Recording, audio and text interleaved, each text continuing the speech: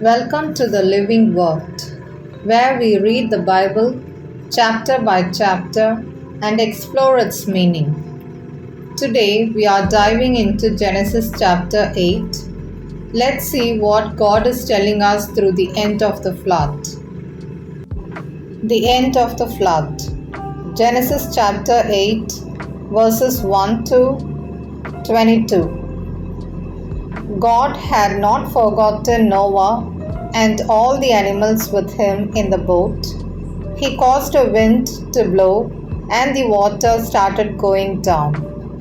The outlets of the water beneath the earth and the floodgates of the sky were closed.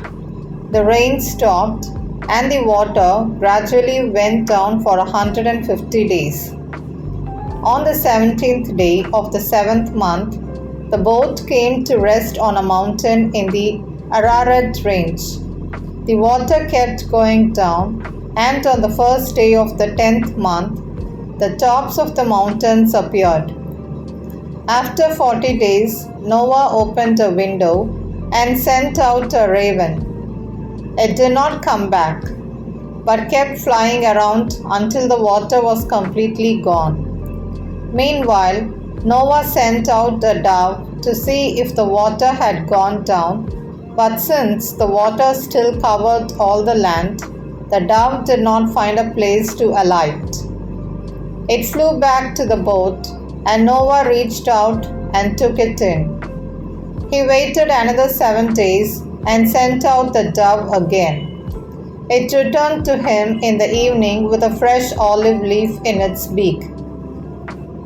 So Noah knew that the water had gone down. Then he waited another 7 days and sent out the dove once more. This time it did not come back. When Noah was 601 years old, on the first day of the first month, the water was gone. Noah removed the covering of the boat, looked round, and saw that the ground was getting dry. By the 27th day of the second month, the earth was completely dry. God said to Noah, "Go out of the boat with your wife, your sons, and their wives. Take all the birds and animals out with you, so that they may reproduce and spread over all the earth." So Noah went out of the boat with his wife, his sons, and their wives. All the animals and birds went out of the boat in groups of their own kind. Noah offers a sacrifice. Noah built an altar to the Lord.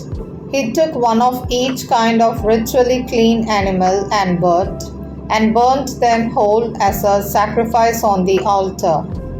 The order of the sacrifice pleased the Lord, and he said to himself, "Never again will I put the earth under a curse because of what man does. I know that from the time he is young, his thoughts are evil. Never again will I destroy all living beings as I have done this time. As long as the world exists, there will be a time for planting and a time for harvest. There will always be cold and heat, summer and winter, day and night."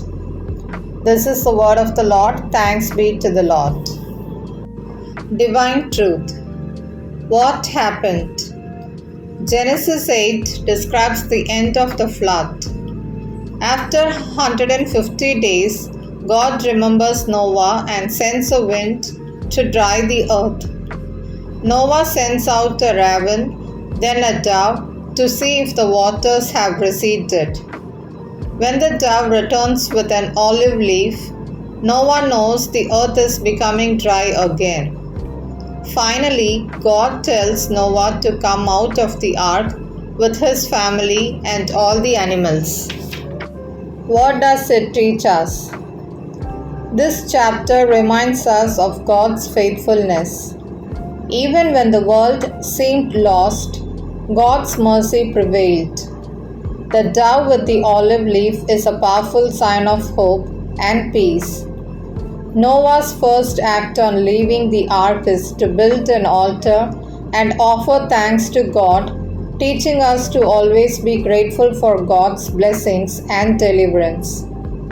Reflection. Let's reflect today. Do we remember to thank God for His faithfulness in our own lives? Even after difficult times, He restores and gives us peace. Let's be like Noah, who trusted and thanked God. What did you find most surprising in Noah's story in Genesis 8? Let me know in the comments. I'd love to hear your insights.